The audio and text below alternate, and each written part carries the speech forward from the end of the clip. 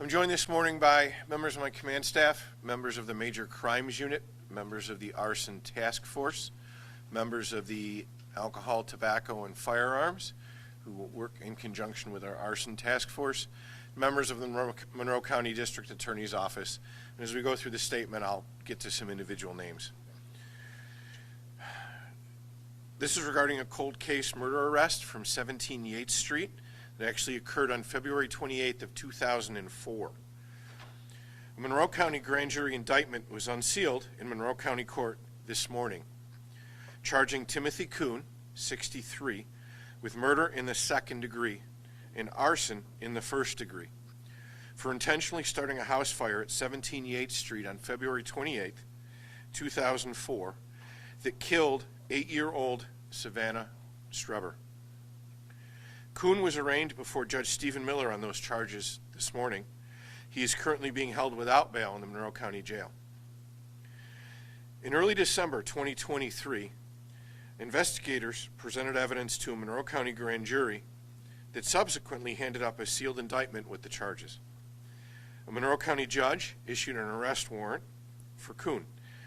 He was ultimately found at his residence in Holmes County, Florida, and taken into custody by members of the Rochester office of the United States Marshal's Violent Felony Fugitive Task Force. Our resident marshal, Chuck Salina, was unable to be here this morning. On February 28th, 2004, shortly after midnight, residents on Yates Street reported hearing a loud noise, then noticed the house at 17 Yates Street was on fire. There were several children inside the home at the time, including 8-year-old Savannah, her 3-year-old sister Alex, the babysitter, and the babysitter's 11-year-old son. Savannah's mother, Lisa, was at work at the time. The babysitter's son, awakened by the fire, alerted his mother and ran to a neighbor's house for help. The babysitter rushed to wake Savannah and Alex. Once outside, the babysitter quickly realized Savannah was no longer with them. She attempted to re-enter the burning house, but the fire was already too intense. When firefighters extinguished the fire, they recovered Savannah's body inside of her mother's bedroom. It is believed she likely ran into the room looking for her mom. The investigation revealed the fire had started on the back porch and was intentionally set. Investigators worked tirelessly on this case from the onset. Timothy Kuhn became a person of interest very early on because of his volatile relationship with Savannah's mom, Lisa. At the time of the murder, Lisa had a no-contact order of protection against Kuhn from a recent assault. Despite exhaustive investigative efforts at the time, the case ultimately went cold, but was never forgotten. All the while, the family fought to keep this case in the public eye in hopes of developing enough information to eventually bring the person responsible to justice. In 2018, Major Crimes and Homicide Sergeant David Joseph was assigned to review Savannah's case. Sergeant Joseph combed through all the evidence and recontacted those involved, including Savannah's mom, Lisa, and her sisters, Kelly and Alex.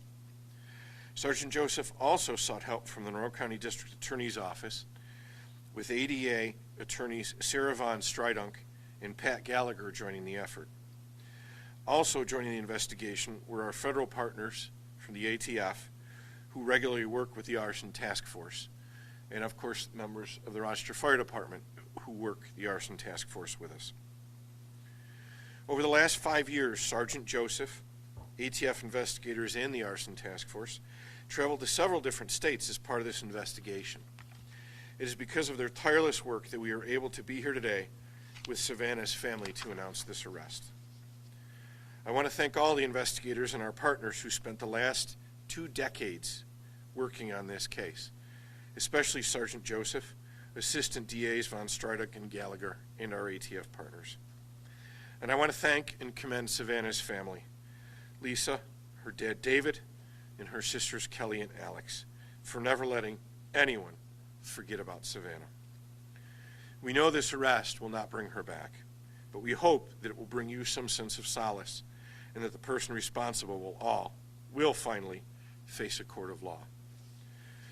So I'm going to introduce Savannah's sister Kelly, who's going to say a few words on behalf of the family. Then I will come back with Sergeant Joseph and take a few questions.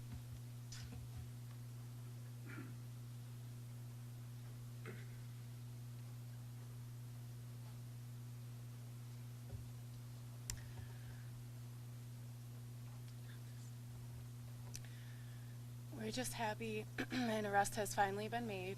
After 20 years, it's been far too long. We never gave up. We never stopped fighting, and we're not done yet. Savannah, you have not been forgotten. Let's get this conviction. That's all I'd like to say at this time.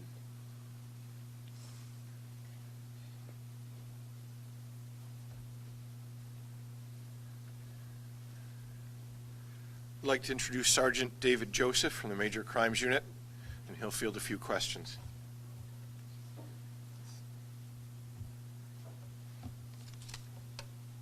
Yep, my name's David Joseph. I'm a sergeant with the Major Crimes Unit with RPD, and I could take any questions that you might have at this time.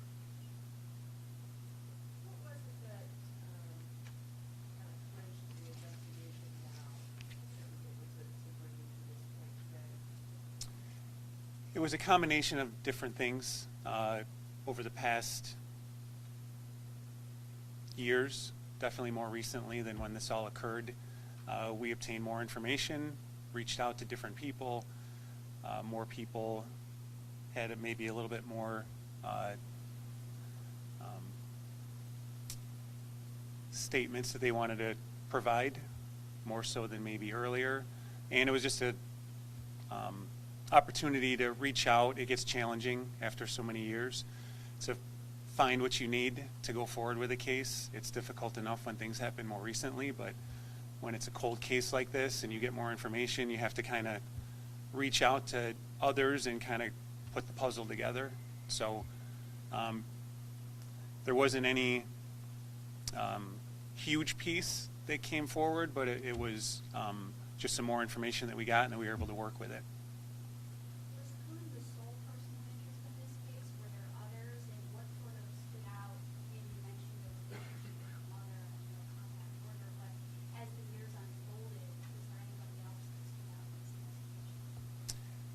No, there was no one else that really was a person of interest other than Tim Kuhn.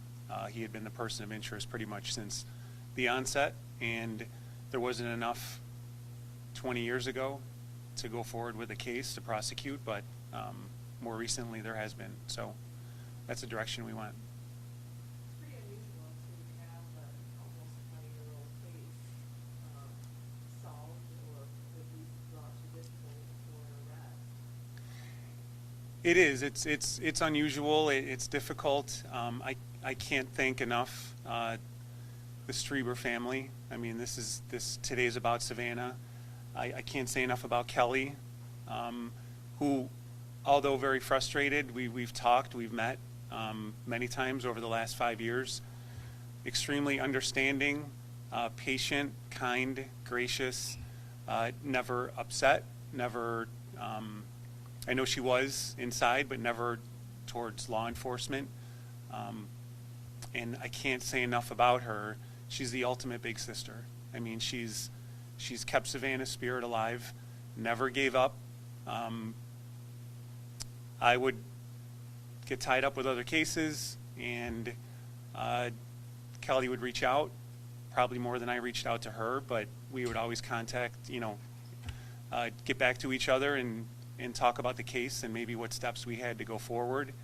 And I can't say enough about Lisa and Alex and David, and just an incredible family for dealing with the loss those years ago, and then being so patient. And like I said, it was motivating to just deal with a family like that over these years, to try to find justice for them and for Savannah. People were around. Can you remember this? It was so significant, when you lose a child in this community like that. I know that the family is already spoken, but I don't know if there's anything you want to add to what the community was out there praying for you and caring for you. Family makes a statement or so. Family. I think that we're good with questions. Thank you. Thanks, guys.